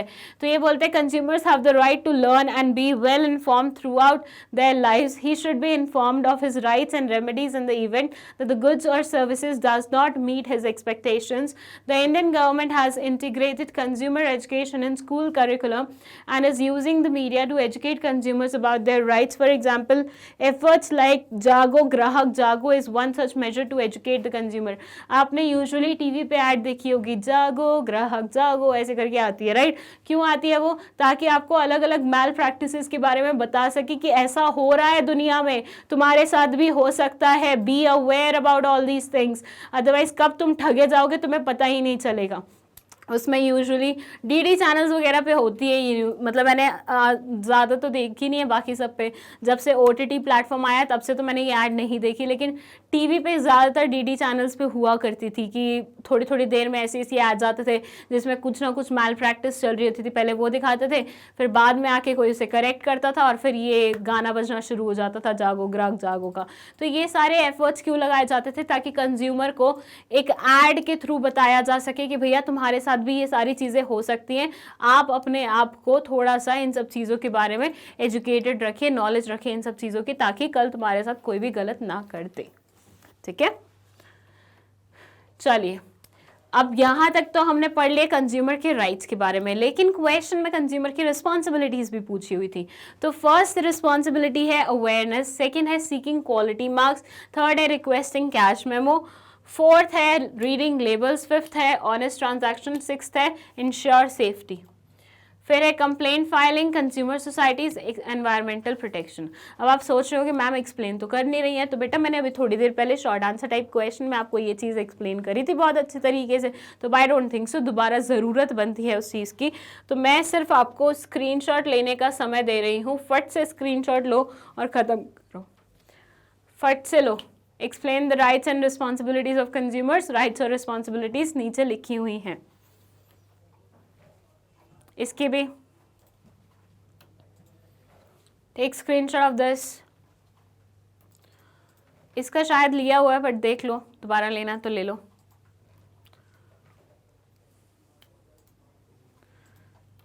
इसका ओके, चलिए नेक्स्ट क्वेश्चन, क्वेश्चन नंबर 13। ये क्या बोलता है, पढ़ लेते हैं हम इसे। ओके, ये क्वेश्चन बोलता है what are the various ways in which the objective of consumer protection can be achieved. आपको वो तरीके बताने हैं जिनसे कंज्यूमर प्रोटेक्शन को अचीव किया जा सकता है, कंज्यूमर प्रोटेक्शन के ऑब्जेक्टिव्स को अचीव किया जा सकता है। बहुत सारे तरीके हो सकते हैं। Consumer protection is the process of making consumers aware of and educated about their rights and responsibilities, as well as assisting them in seeking redressal for their grievances and complaints. Consumer protection is critical for both consumers and businesses. ये बोलते हैं कि consumer protection के बारे में जानना, उसके objectives को समझना बहुत ज़्यादा ज़रूरी है, क्योंकि इससे कंज्यूमर को राइट्स एंड रिस्पॉन्सिबिलिटीज़ भी पता चलेंगे, ग्रीवेंसेस हैं तो कहाँ जाना है वो भी पता चलेगा, उनमें मदद चाहिए तो उसके बारे में भी पता चलेगा कि कहाँ कहाँ से मदद मिल सकती है। तो उन सब चीज़ों को ध्यान में रखते हुए ये बोल रहे हैं कि बहुत ही ज़्यादा क्रिटिकल चीज़ होती है कंज्यूमर प्रोटेक्शन, ना सिर्फ कंज्यूमर्स के बारे में बल्कि बिजनेसेस के लिए भी। और ये लाइन हम पहले भी पढ़ चुके हैं जब हमने पढ़ा था कि बिजनेसमैन को क्या फ़ायदा होता है कंज्यूमर प्रोटेक्शन का। फिर ये बोलते हैं the following are some of the methods for achieving the goal of the consumer protection. First है self administration by business. Businesses should recognize that protecting their customers' interest is in their best interest in the long run. They must put in more effort to achieve their goals. They must understand that satisfied customers not only lead to higher sales but also spread the word about the company, attracting new customers. They must adhere to business ethics and avoid activities such as unfair trade practices, adulteration, and so on that hampers the consumer's interest. To address customers' complaints, many businesses have established grievance cells and customer care centers. Self-administration by businesses. मतलब businesses खुद को ही self administer करें. क्यों करें? क्योंकि businesses को ये चीज़ realise करने की बहुत ज़्यादा आवश्यकता है कि एक हैप्पी कस्टमर ना सिर्फ तुम्हारे पास लौट के आएगा बल्कि तुम्हारी तारीफों से 10 और कस्टमर्स तुम्हारे पास लाएगा. तो ये सारी की सारी चीज़ें तुम्हारे बिजनेस के लिए बहुत ज़्यादा अच्छी हैं. भैया ऑब्वियसली मेरा नया नया बिजनेस खुला है, मैं वैसे ही कोशिश कर रही हूँ कस्टमर्स को अट्रैक्ट करने की. एक कस्टमर मेरे पास आया और मैं उसे नाखुश करके भेज रही हूँ, तो ऐसे में बाकी वो जाके 4 लोगों के सामने मेरे बिजनेस को गाली देगा, तो उसके बाद कहाँ ही मेरा बिजनेस चल पाएगा. कौन ही आके मेरे बिजनेस से कुछ भी परचेज करने के बारे में सोचेगा. तो इसलिए मुझे अपने वो फर्स्ट कस्टमर को बहुत ज़्यादा खुश करना पड़ेगा. इवन नॉट फर्स्ट कस्टमर को, मुझे हर वो कस्टमर को खुश करना पड़ेगा. क्योंकि अगर वो जाके बाहर बोलेगा बिजनेस के बारे में तो वो अच्छा बोलना चाहिए ताकि और लोग भी अट्रैक्ट हो और वो तुम्हारे बिजनेस में आए. तो इसलिए बिजनेस को अगर अपने लॉन्ग टर्म गोल को सेटिस्फाई करना है तो उसे ये इंश्योर करना पड़ेगा कि कस्टमर हमारा माई बाप है जिसको नाखुश करने का बिजनेसमैन अफोर्ड ही नहीं कर सकता. सेकेंड है formation of business association. It says many business and commerce associations such as the Federation of Indian Chambers of Commerce and Industry FICCI and the Confederation of Indian Industries CII have been established in India to protect customers. They establish guidelines for their members to follow when dealing with customers. ये बोलते हैं बहुत सारे business और commerce associations हैं, जैसे कि उन्होंने नाम भी लिए हुए हैं, इन्होंने बनाई हुई हैं चीज़ें, have been establish in India to protect customers. ये बने हुए हैं मतलब कस्टमर्स की प्रोटेक्शन के लिए. या एट टाइम्स गाइडलाइंस वगैरह इशू करते हैं, चीज़ें बताते हैं किस तरह से कस्टमर को प्रोटेक्ट किया जा सकता है, उनके बारे में सोचा कैसे जा सकता है, उन सब चीज़ों के बारे में. तो ये काफ़ी ज्ञान देते हैं, काफ़ी सारी गाइडलाइंस देते हैं बाकी सब लोगों को ताकि वो कस्टमर्स को खुश रख सके. Then है consumer education and awareness. One of the most important steps towards consumer protection is consumer education and awareness. A consumer's right as defined by the Consumer Protection Act must be well understood and communicated to him. He must also be aware of the reliefs available to him under the Act in the event of any form of exploitation. Furthermore, he must be educated on his responsibilities in order to protect himself from deception and exploitation. A well-educated and informed consumer can make sound decisions. Again ये same point है, मैं पहले भी आपको explain कर चुकी हूँ कि एक कंज्यूमर अगर खुद एजुकेटेड होगा तो वो ना सिर्फ अपने आप को प्रोटेक्ट कर पाएगा बल्कि अपने फैमिली मेम्बर्स को प्रोटेक्ट कर पाएगा मैल प्रैक्टिसेस से, अपने आसपास के लोगों को प्रोटेक्ट कर पाएगा अपने मतलब मैल प्रैक्टिसेस से. तो ये सारी चीज़ें बहुत ज़्यादा इंपॉर्टेंट हो जाती है और वो खुद eight the same time sound decisions भी लेगा, मतलब अच्छे से रैशनल डिसीजंस भी लेगा. तो ये भी काफ़ी इंपॉर्टेंट है. ओके चलिए next point is formation of consumer associations and organization. A growing number of consumer organizations and associations such as Consumer Unity and Trust Society, the Consumer Guidance Society of India, the Consumer Protection Council and so on must be established. These organizations make an active effort to educate customers and make them aware of their rights and responsibilities. ये बोलते हैं ऐसी consumer organizations and associations को भी promote करना चाहिए क्योंकि जब ये existence में आती हैं तो ये बहुत ज़्यादा कंज्यूमर एजुकेशन के बारे में काम करती हैं, उनको एजुकेट करने के बारे में सोचती हैं, अवेयर बनाने के बारे में सोचती हैं और सेल्फलेसली काम करती रहती हैं उस पर्टिकुलर इनिशिएटिव के टूवर्ड्स. तो इनको भी थोड़ा सा प्रमोशन मिलना चाहिए. Role of government. The government plays an important role in consumer protection by enacting various consumer protection rules and regulations. The government of India has enacted numerous regulations and laws to protect customers including the consumer protection act, the contract act, trademarks act, this and that. ये बोलते हैं कि government का भी बहुत prominent role रहा है, क्योंकि गवर्नमेंट क्या करती है, लॉज बनाती है। वो लॉज कहीं ना कहीं कंज्यूमर को प्रोटेक्ट करने में बहुत ज़्यादा मदद करते हैं, राइट। तो उस एक्सक्यूज मी, उसके बाद इन्होंने कुछ लॉज के एग्जाम्पल दे दिया, like consumer protection act, contract act, trademark act, competition act. And साथ ही साथ इन्होंने 3 टायर मशीनरी के बारे में भी बात की है, जो कि कंज्यूमर प्रोटेक्शन एक्ट के चलते हुए बनाई गई थी। डिस्ट्रिक्ट कमीशन और डिस्ट्रिक्ट फोरम और स्टेट कमीशन, नेशनल कमीशन, ये सारी चीज़ें जो कि कंज्यूमर की ग्रीवेंसेस को सॉर्ट करती हैं, ठीक है। तो यहाँ पे हमारा 13th क्वेश्चन कंप्लीट होता है। मैं आपको स्क्रीनशॉट लेने का मौका दे रही हूँ, फट से इसका स्क्रीनशॉट लो। इसका भी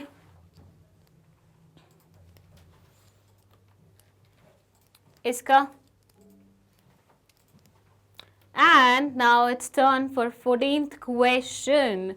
Explain the redressal mechanism available to consumer under the Consumer Protection Act 2019. I was waiting for this question. और मैं आपको बता दूं, जब I was in 12th class तब मेरे टीचर हमेशा इस पर्टिकुलर पॉइंट को, इस पर्टिकुलर टॉपिक को IMP मार्क कराते थे और इससे क्वेश्चन आया भी था मेरे पेपर में। तो मैं भी आपको ये IMP मार्क करवाऊंगी, मतलब इम्पॉर्टेंट है ये क्वेश्चन, ये टॉपिक, तो इसे थोड़ा सा और एक्स्ट्रा एफर्ट्स के साथ पढ़ के जाना। एंड बच्चों प्लीज़ कृपया करके अपनी राइटिंग प्रैक्टिस पे थोड़ा सा फोकस करो। कुछ लोग मुझे जब इंस्टाग्राम पे मैसेजेस करते हैं ना, तो मुझे ऐसा लगता है कि इन्हें राइटिंग प्रैक्टिस की बहुत ज़्यादा आवश्यकता है।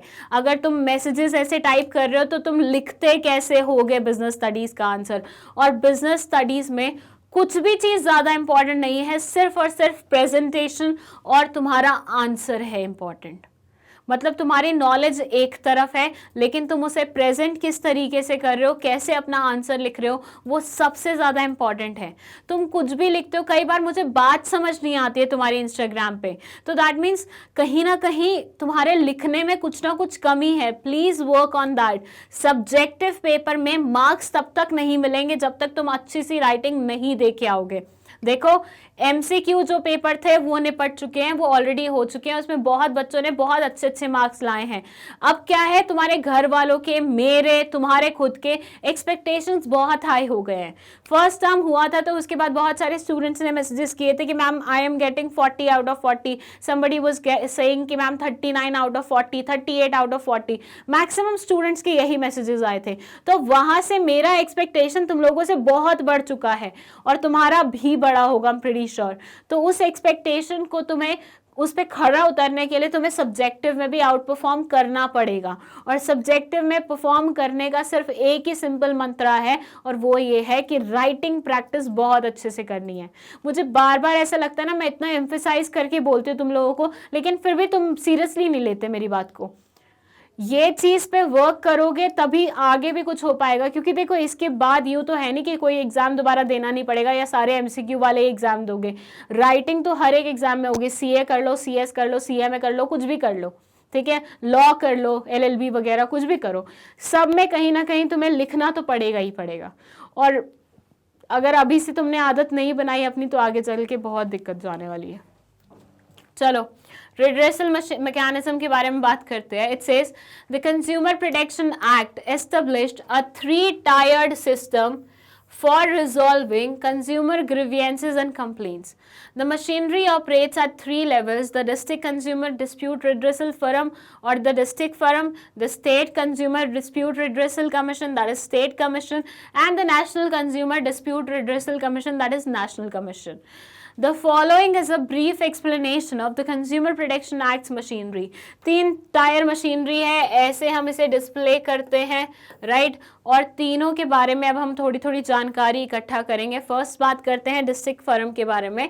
It says the state concerned establishes district forums in each district. The following are the key characteristics. It is made up of a president and 2 members. एक इसमें होता है प्रेसिडेंट, 2 होते हैं इसमें members, out of whom 1 should be women who are officially nominated by the state government. ये state government द्वारा nominate किए जाते हैं। एक प्रेसिडेंट, 2 मेंबर्स, 2 मेंबर में से एक मेंबर का विमेन होना मैंडेटरी है, और इन सब का नॉमिनेशन कौन करेगा? स्टेट गवर्नमेंट करेगा। फिर है the value of consumer complaint should not exceed ₹1 crore. District firm सिर्फ 1 करोड़ तक के केसेस ले सकता है। हमारे लिए बहुत बड़ी फिगर है, लेकिन जब बिजनेसेस की बात आती है तो ये फिगर बहुत ही छोटा लगता है। तो 1 करोड़ तक के केसेस डिस्ट्रिक्ट फर्म एंटरटेन करेगा, बाकी के ऊपर वाले लोग करेंगे। Upon receiving the complaint, the district firm shall forward it to opposing party and submit the items or the sample to our laboratory for testing. If the district firm determines that the goods are defective or that there have been an unfair trading practices, the opposite party may be ordered to repair or return the item or this and that. सबसे पहले तो district firm पूरा case सुनता है, कुछ check वगैरह करवाना, sample वगैरह, तो उसको लेबोरेटरी में भेजता है। लेबोरेटरी से जब आता है रिप्लाई, जो भी रिपोर्ट आती है उसके बेसिस पे सारी इंक्वायरी करता है, बातचीत करता है दोनों पार्टी से, सारी की बातें सुनता है और उसके बाद फाइनल अपनी जजमेंट देता है, जैसे कोर्ट्स में होता है नॉर्मली। और उसका अपील लेके आप जा सकते हैं। If you are not happy with the judgement of district firm, तो आप उसका कंप्लेंट लेके कहाँ जा सकते हैं? अपील लेके, स्टेट कमीशन में। अपील क्या होता है? When you are not happy with the judgement, तो आप ऊपर वाले अथॉरिटी को अप्रोच करते हैं, और जब आप अप्रोच कर रहे होते हैं ऊपर वाली अथॉरिटी को, तो आप उसे बोलते हैं अपील लगाना। State Commission. The government establishes a state commission in each state. The following are the key characteristics. Her state में स्टेट कमीशन गवर्नमेंट ने एस्टेब्लिश किया है, और कुछ की फीचर्स उनकी कुछ इस तरह से है। Each commission has a president and at least 2 members, जिसमें से एक क्या होगी? विमेन होगी। टोटल वर्थ क्या है? 1 करोड़ से 10 करोड़ तक के केसेस ये लेते हैं। कंप्लेंट एक बार आती है तो लेबोरेटरी में सैंपल्स चेक करने के लिए भेजते हैं। मतलब जो जो आपने डिस्ट्रिक्ट फर्म में पढ़ा एग्जैक्टली सेम है, बस वहां पे 1 करोड़ तक के केसेस थे, यहाँ पे 1 करोड़ से 10 करोड़ तक के केसेस हैं। प्लस यहाँ पे भी प्रेसिडेंट है और 2 मेंबर्स हैं, जिनमें से 1 विमेन है। तो पूरी की पूरी चीजें ऑलमोस्ट सिमिलर हैं। उसके बाद जाते हैं हम नेक्स्ट उस पे, दैट इज नेशनल कमीशन। ये बोलता है central government sets the national commission. The provisions are, it is made up of a president and at least 4 members chosen by the central government, one of whom should be a women। यहाँ पे president के साथ 4 members होंगे, जिनमें से 1 women होगी, और ये किसके द्वारा चुनी जाएंगे? सेंट्रल गवर्नमेंट द्वारा नॉमिनेट किए जाएंगे। ये लेते हैं 10 करोड़ से अबव के केसेस। फिर जब इनको कंप्लेंट मिलती है तो ये अपोजिंग पार्टी को भेजते हैं नोटिस, फिर टेस्टिंग होती है, फिर बातचीत सुनते हैं, फिर सारी चीज़ें होती हैं, और इस तरह से यहाँ पे भी कंप्लेंट ली जाती है। उसके बाद अगर मान लीजिए कोई इंसान इनके फैसले से नाखुश है, तो वो कहाँ जाए? वो फिर डायरेक्टली जाता है सुप्रीम कोर्ट में 30 दिन के अंदर अंदर। अपील हमेशा टाइम बाउंड होती है, मतलब 30 दिन, 40 दिन, 45 डेज, 90 डेज ऐसे रहती है, तो उसके अंदर अंदर ही आपको अपील लेके जाना पड़ता है। ठीक है। Relief available to the consumer, इसके बारे में अभी बात करते हैं। पहले यही देख लीजिए आप, इनका स्क्रीनशॉट लो। ये सेकंड का स्क्रीनशॉट लो। थर्ड, ध्यान दीजिएगा कि ये सारी चीजें ऑलमोस्ट सिमिलर है, थोड़ा 19-20 का फर्क है सब में। नेशनल कमीशन,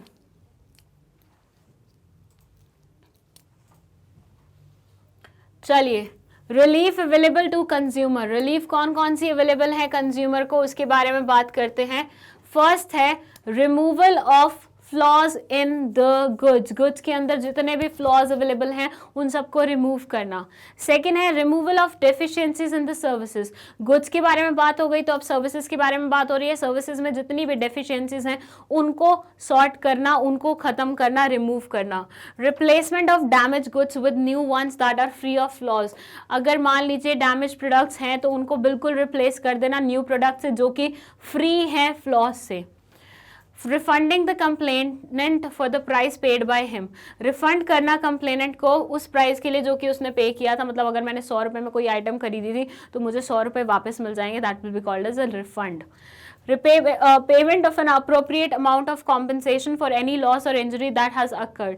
मतलब अगर उस प्रोडक्ट की वजह से या उस सर्विस की वजह से मुझे कोई इंजरी हुई है तो उस पर जो खर्चा मेरा आया है, उस इंजरी को करेक्ट कराने में जो खर्चा मेरा आएगा वो मुझे मिल जाएगा सामने वाली पार्टी से। इन suitable circumstances payment of punitive damages, punitive damages भी लेकिन मतलब सूटेबल सर्कमस्टांसेस में ही प्यूनिटिव डैमेजेस का भी आपको पेमेंट मिल सकता है, लेकिन सब में नहीं मिलता ऐसा। डिसकंटिन्यूएंस और abandonment of unfair restrictive trade practices, ऐसी ट्रेड प्रैक्टिसेस जो कि अनफेयर थी उनको छोड़ देना, उनको दोबारा से नहीं करना, मतलब रिपीट नहीं करना अपनी गलती को, in short. Discontinuance of sale of hazardous goods and services, जो बेकार हजार्डस गुड्स एंड सर्विसेज हैं उनको डिसकंटिन्यू करना। Payment to the consumer welfare fund not less than 5% which is to be used in the prescribed manner, consumer welfare fund में payment डालना, run correct. और इसमें payment क्यों डाली जाती है? ताकि कंज्यूमर के वेलफेयर में होने वाले सारे खर्चे यहाँ से भुगतान कर सके उनका। Run corrective advertisement to counteract the effect of misleading advertisements, corrective advertisement चलाना ताकि काउंटर इफेक्ट दे सके। मतलब जैसे मान लीजिए पहले उसने बोला 4 दिन में गोरा करेगी ये क्रीम आपको, तो अब आपको असली में बताना है कि सबके ऊपर सेम वे में इफेक्ट हो, ऐसा ज़रूरी नहीं है। हम ट्राई करते हैं, हम बोलते हैं कि 4 दिन के अंदर ये कोशिश करेगी कि थोड़ा सा तो आपको लाइट शेड का कर देगी, ऐसा types. Reimburse all parties for their expenditures, जितने भी एक्सपेंडिचर्स हुए हैं कोर्ट केस में, लॉयर की खर्चे में, उन सबको रीइम्बर्स करके देना। तो ये सब कुछ रिलीफ्स हैं जो कि कंज्यूमर को मिलते हैं अगर उसका पॉइंट क्लियर हो जाता है, उसका पॉइंट प्रूव हो जाता है। तो चलिए इसका भी स्क्रीनशॉट ले लीजिए, ठीक है, और अब इसका भी स्क्रीनशॉट ले लीजिए। डन है? चलिए let's move to next question, that is question number 15। अभी 15th क्वेश्चन में पूछ रहे हैं, explain the role of consumer organisations and NGOs in protecting and promoting consumers interest. Consumer protection के लिए बनाई गई हुई कंज्यूमर ऑर्गेनाइजेशन और एनजीओज का रोल बताना है हमें। एग्जैक्टली चलिए, बहुत ही बेसिक क्वेश्चन है, स्ट्रेट फॉरवर्ड क्वेश्चन है, ज़्यादा सोचने की जरूरत नहीं है। मुझे ऐसा लग रहा है ना इस चैप्टर में मैक्सिमम क्वेश्चन जो भी पूछे गए हैं बहुत ही स्ट्रेट फॉरवर्ड थे, ज़्यादा दिमाग लगाने वाला था नहीं। एक केस आएगा वो लास्ट वाला क्वेश्चन होगा और ये सेकेंड लास्ट क्वेश्चन है, तो ये चैप्टर खत्म होने वाला काइंड ऑफ, थोड़ा सा और इंतजार कर लो। So it says consumer organizations and non-governmental organizations play an important role in protecting and promoting the interest of consumers. Consumers Association, Consumer Coordination Council, Consumer Protection Council, Common Cause and others are among the important NGOs and consumer organizations. The following are the functions of these organizations perform in order to protect the interest of consumer. Bar bar same he line बोली हुई है कि ये organisations consumer के protection के लिए काम करती हैं, और उसमें एक दो उन्होंने एग्जाम्पल भी दे दिए कि ये नाम की ऑर्गेनाइजेशन अभी एग्जिस्टेंस में है और काफ़ी फेमस भी हैं। अब फाइनली ये फंक्शंस के बारे में बात करें। फर्स्ट है कंज्यूमर एजुकेशन। सबसे बढ़िया काम जो ये ऑर्गेनाइजेशंस करती हैं वो ये करती हैं कि कंज्यूमर्स को जागरूक बनाती हैं, उनके राइट्स के बारे में उनको बताती हैं। देखिए इंडिया में हर कोई तो लिटरेट है नहीं, राइट, हर कोई तो पढ़ा नहीं हुआ, और जो पढ़े हुए हैं उनको भी कंज्यूमर राइट्स के बारे में नहीं पता होता है एट टाइम्स। इवन जो लोग पढ़ लेते हैं कंज्यूमर राइट्स के बारे में वो भी क्लेम नहीं करते हैं एट टाइम्स अपने कंज्यूमर राइट्स को। तो ऐसी दिक्कत जा रही है, तो इस दिक्कत को सॉर्ट करने के लिए ये लोग क्या करते हैं, ये उन लोगों तक पहुंचते हैं जो इलिटरेट हैं, जिन्होंने कंज्यूमर प्रोटेक्शन के बारे में या कंज्यूमर राइट्स के बारे में कभी सुना नहीं है, उन्हें अवगत कराते हैं कि भैया देखो ऐसे ऐसे तुम्हारे कुछ बेसिक राइट्स बनते हैं, तुम जाके उन्हें क्लेम कर सकते हो अगर तुम्हारे साथ कुछ भी गलत होता है तो ये पूरी एजुकेशन इनके सरे हो जाती है। मतलब ऐसा नहीं है कि यही करते हैं सिर्फ, लेकिन गवर्नमेंट के साथ ये भी एडिशनल एक रोल प्ले करते हैं। So through various training programs and workshops, NGOs and consumer organizations educate consumers about their rights. Second है journal publishing। देखिए कई बार क्या करते हैं, ये जर्नल्स जैसे आते हैं, अलग अलग जर्नल्स आते हैं अलग अलग चीज़ों में, अलग अलग फील्ड के, राइट। तो कंज्यूमर जर्नल्स भी पब्लिश होते हैं जिसमें कंज्यूमर के डिस्प्यूटेड केसेस, नए क्या चीज़ें चल रही हैं जिनके बारे में बातचीत हो रही है, कंज्यूमर के क्या क्या राइट्स बनते हैं जिनके बारे में बात हो रही है, ये सारी चीज़ें पब्लिश होती हैं। तो वो भी काइंड ऑफ इनके अरेना में आता है कि ये लोग पब्लिश कराते हैं। They publish journals and periodicals to disseminate information and raise awareness about various consumer rights issues, legal remedies and other related topics. जैसे कि मैंने आपको बताया डिस्प्यूट्स जो चल रहे हैं, मान लीजिए कोई कंज्यूमर ने किसी कंपनी पे केस किया हुआ है और ये डिस्प्यूट चल रहा है किसी कोर्ट में, तो जब कोर्ट में चल रहा होगा, मतलब कौन से वाले कोर्ट में, कंज्यूमर राइट्स वाले कोर्ट्स में, ठीक है, तो उस केस के बारे में लोगों को बताना कि देखो देखो ऐसा ऐसा नया नया केस आया है, यहाँ पे ऐसी ऐसी बातचीत चल रही है, ऐसा डिसीजन आया है। तो उससे क्या होगा, लोगों को और पता चलेगा कि ऐसे भी लोग हैं जो अपने राइट्स के लिए लड़ रहे हैं, वहां से उनको काइंड ऑफ मोटिवेशन भी मिलेगी, eight the same time procedure भी पता चलेगा कि कैसे क्या करना पड़ता है। तो बहुत सारी रेलेवेंट इन्फॉर्मेशन मिल जाती है जर्नल पब्लिशिंग के थ्रू।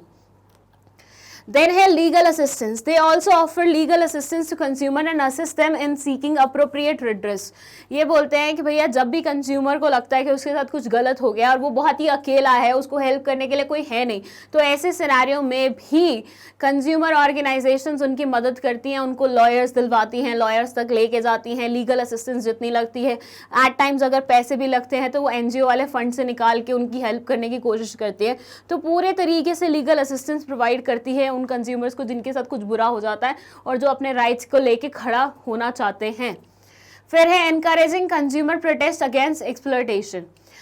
कई बार क्या होता है, कंज्यूमर ना शांत बैठ जाता है कि यार कोई बात नहीं, नसीब में था शायद ऐसा हमारे साथ घोटाला होना, बट ये फिर उन्हें एनकरेज करते हैं कि बेटा इस मेंटालिटी के साथ मत चलो, तुम आज अगर ये करके चलोगे ना, कल फिर वो दूसरे लोग जो तुम्हारी वजह से सफ़र करेंगे, मतलब बाकी सब लोग, अगर मान लो तुमने अभी राइट टाइम पे राइट स्टेप ले लिया तो बाकी सब लोग थोड़े से उनको भी पता चल जाएगा कि ऐसी कुछ चीज़ हो रही है, ये कंपनी ऐसी कुछ उल्टी पुल्टी चीज़ कर रही है, तो वो भी अपने राइट्स को लेके थोड़े से सही रहेंगे। लेकिन अगर मान लीजिए तुम ही अपने राइट्स को लेके नहीं खड़े हुए, तो जो बंदे ने तुम्हारे साथ गलत किया वो 4 और लोगों के साथ गलत करेगा। तो उन 4 लोगों के साथ गलत इसलिए हो रहा है क्योंकि तुमने राइट टाइम पे राइट स्टेप नहीं लिया था। तो इसलिए इस वे में थोड़ा सा एनकरेज करने की भी कोशिश करते हैं उन लोगों को जिनके राइट्स का वायलेशन हुआ है। Complaint assistance. They encourage consumers to file complaints in appropriate forums and file complaints on their behalf. कई बार क्या होता है, बंदा इलिटरेट होता है, उसको नहीं पता होता कहाँ जाना है कंप्लेंट लेके, या कंप्लेंट में क्या लिखना है, लिखना भी कैसे है, क्या करना है, तो वो सारी चीज़ें उसके बिहाफ पे कंज्यूमर ऑर्गेनाइजेशंस कर देती हैं। जब हम पढ़ रहे थे CPA एक्ट के बारे में, तो उसमें हमने एक चीज़ पढ़ी थी कि कौन कौन कंप्लेंट फाइल कर सकता है। तो उस समय हमने बहुत सारे लोग ऐसे पढ़े थे कि ये कंज्यूमर के बिहाफ पे कंप्लेंट फाइल करते थे, उसमें एक नाम ये भी था कंज्यूमर ऑर्गेनाइजेशंस। तो अगर कंज्यूमर खुद से कंप्लेंट फाइल नहीं कर पा रहा है तो कंज्यूमर ऑर्गेनाइजेशंस उनके बिहाफ पे कंप्लेंट फाइल करती हैं। Then है taking initiatives. They not only encourage consumers to file complaints, but they also take the initiative to file cases in the public interest. ना सिर्फ ये इंडिविजुअल कंज्यूमर्स को protect करने के बारे में सोचते हैं और उनके बिहाफ पे कंप्लेंट वगैरह फाइल करते हैं, बल्कि एट द सेम टाइम ये भी इंश्योर करती है कि भैया अगर जनरल पब्लिक का स्टेक लगा हुआ है कहीं पे, तो उन चीज़ों को भी लेके ये थोड़ा सा इनिशिएटिव ले और उनके राइट्स को भी प्रोटेक्टेड फील वो करवाए। Product quality testing. They conduct quality tests on various products in laboratories and publish the results. कुछ NGOs, कुछ कंज्यूमर ऑर्गेनाइजेशंस ऐसी होती है जिनके पास ज़्यादा पैसा होता है, ऑब्वियसली वो लैब्स एस्टेब्लिश कर लेती हैं और फिर वो सैम्पल्स को वहीं पे ही थोड़ा सा टेस्ट करके देखती हैं, मतलब अलग अलग सैम्पल्स को, जिससे क्या हो सकता है, मान लीजिए कंज्यूमर का कभी ध्यान नहीं गया कि हमारे साथ क्वालिटी वाइज दिक्कत जा रही है, तो ये लेबोरेटरी में चेक करके क्वालिटी का इंश्योर कर सकती हैं और अगर गलत क्वालिटी का है कोई प्रोडक्ट तो उसके लिए अगेंस्ट भी आवाज़ उठा सकती हैं। That's it, बस 15th में इतना ही था। देख लीजिए, आप इसका स्क्रीनशॉट ले लीजिए। मेरे अकॉर्डिंग ना लॉन्ग आंसर टाइप क्वेश्चन के लिए थोड़ा सा छोटा लिखा है ये पूरा एक्सप्लेनेशन। आप चाहें तो इन सब एक्सप्लेनेशंस को थोड़ा और बड़ा कर सकते हैं, ठीक है, सही वो करने के लिए। चलिए इसका भी स्क्रीनशॉट ले लीजिए। चलिए अब फाइनली हम चलते हैं इस चैप्टर के लास्ट क्वेश्चन पे, दैट इज क्वेश्चन नंबर 16। और ये केस बेस्ड क्वेश्चन है, थोड़ा ढंग से पढ़िएगा क्योंकि कंज्यूमर प्रोटेक्शन एक्ट में मतलब इस चैप्टर में एक्चुअली बहुत सारे केस स्टडीज़ बन सकते हैं। मैं कोशिश करूंगी एक अलग से केस स्टडीज़ का अलग से मतलब वीडियो बनाने का, जिसमें प्रैक्टिकल क्वेश्चन मोर और लेस ज़्यादा होंगे। अभी फिलहाल ये क्या बोलते हैं, Mrs Mathur sent a jacket to a laundry shop in January 2018. The jacket was purchased at a price of ₹4500. She had previously sent the jacket for dry cleaning with Shine Dry Cleaners and the jacket was cleaned well. However, she noticed that her jacket had white discoloration marks when she collected the jacket this time. On informing the dry cleaner, Mrs. Mathur received a letter confirming that discoloration indeed appeared after the jacket was dry cleaned. She contacted the dry cleaner multiple times and requested for compensation for discolored jacket, but to no avail. Upon Consumer Court's intervention, Shai dry cleaners agreed to compensate rupees 2500 to Mrs. Mathur for the discolored jacket. अब यहाँ जो question पूछा गया है वो है which right was exercise by missus Mathur at the first instance. देखिए हुआ क्या कि भैया ड्राई क्लीनिंग के लिए एक जैकेट गई है जो कि 4500 रुपए की है, लेकिन जब वो वापस आई तो उस पर व्हाइट कलर का मार्क था, मतलब मेरे को ऐसा लग रहा है ब्लीच हो गई है गलती से वो जैकेट। तो इनने पहले भी करवाई हुई है सेम ड्राई क्लीनर से जैकेट ड्राई क्लीन, लेकिन इस टाइम क्योंकि मार्क था तो इन्होंने सामने वाले को बोला कि भैया तुमने तो मेरी जैकेट खराब कर दी है, तुम तो मुझे कॉम्पेंसेशन दो। उसने बोला भैया मैं तो नहीं दे पाऊंगा, सॉरी, तुम्हारे तो जैकेट में बाद में दाग लगा, तुम मेरे सर डालने की कोशिश कर रही हो। यूजुअली ऐसा ही होता है जब भी ड्राई क्लीनिंग के पास कुछ भी जाता है, ड्राई क्लीनर्स के पास कुछ भी जाता है और उसमें कुछ मिस्टेक हो जाती है तो डिस्प्यूटराइज होता ही है कि तुमने किया वाला चीज। अब यहाँ पे मिसेस माथुर पहुंच गई कोर्ट में, उन्होंने बोला मेरे को तुमसे बात ही नहीं करनी है, मैं तो डायरेक्ट कोर्ट में जाऊंगी। कोर्ट में गई, सामने वाला इंसान 2500 रुपए कॉम्पेंसेशन देने के लिए तैयार हो गया। अब यहाँ पे आपसे पूछा गया है कि मिसेस माथुर ने अपना कौन से वाला राइट एक्सरसाइज किया है, बताइए। देखिए क्वेश्चन को अच्छे से पढ़ लीजिए आराम से, अगर आपको लग रहा है थोड़ा सा रुक के पढ़ना है, और बताइए कि मिसेस माथुर ने कौन से वाला राइट एक्सरसाइज किया है।